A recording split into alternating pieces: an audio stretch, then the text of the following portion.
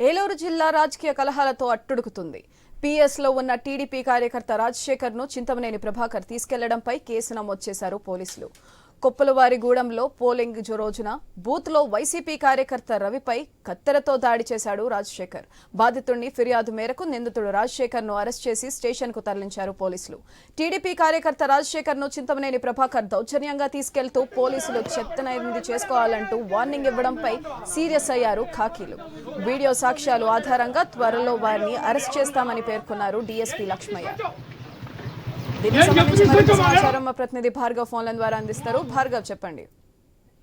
సుధాత్రి, అటు నిన్న Pedavegi police station వద్ద చింతమనేని చేసినటువంటి వీరంగంపై పోలీసులు సీరియస్ గా యాక్షన్ తీసుకుంటున్నటువంటి పరిస్థితి ఉంది. జిల్లా ఎస్పీ మేరీ ప్రశాంతి ఆదేశాలతో చింతమనేని ప్రభాకర్ పై అతని అనుచరులపై కూడా పోలీసులు కేసు నమోదు చేశారు. ఎవరైతే పెదవేగి ఎస్ఐ రాజేంద్ర ప్రసాద్, సిఐ శ్రీనివాసుల సమక్షంలో ఆ పోలీస్ స్టేషన్ లో ఉన్నటువంటి నిందితుడు టీడీపీ కార్యకర్త రాజశేఖర్ ను చింతమనేని ప్రభాకర్ బలవంతంగా లాక్కెళ్లారని వారు అడ్డుకున్నప్పటికీ కూడా వారిపై ఫైర్ అవుతూ చేతనైంది చేసుకోవాలంటూ పోలీసులకే ఈ విధంగా ఆగ్రహమైనటువంటి వ్యాఖ్యలు చేయడంతో వారు ఈ రోజు కేసు నమోదు చేసిన పరిస్థితి కూడా ఉంది. అయితే ఈ ఘటనకు సంబంధించి పోలింగ్ రోజు దెందులూరు అసెంబ్లీ నియోజకవర్గంలో ఉన్నటువంటి కొప్పులవారిగూడెం అనేటువంటి గ్రామంలోని పోలింగ్ బూత్ వద్ద టీడీపీ వైసీపీ కార్యకర్తల మధ్య జరిగిన ఘర్షణలో వైసీపీ కార్యకర్త రవిపై టీడీపీ కార్యకర్త రాజశేఖర్ అక్కడే ఫస్ట్ ఎయిడ్ సెంటర్ లో ఉన్నటువంటి ప్రాథమిక చికిత్స శిబిరం ఏర్పాటు చేశారు. అక్కడ ఉన్నటువంటి కత్తెరను తీసుకొని అతన్ని పొడిచినటువంటి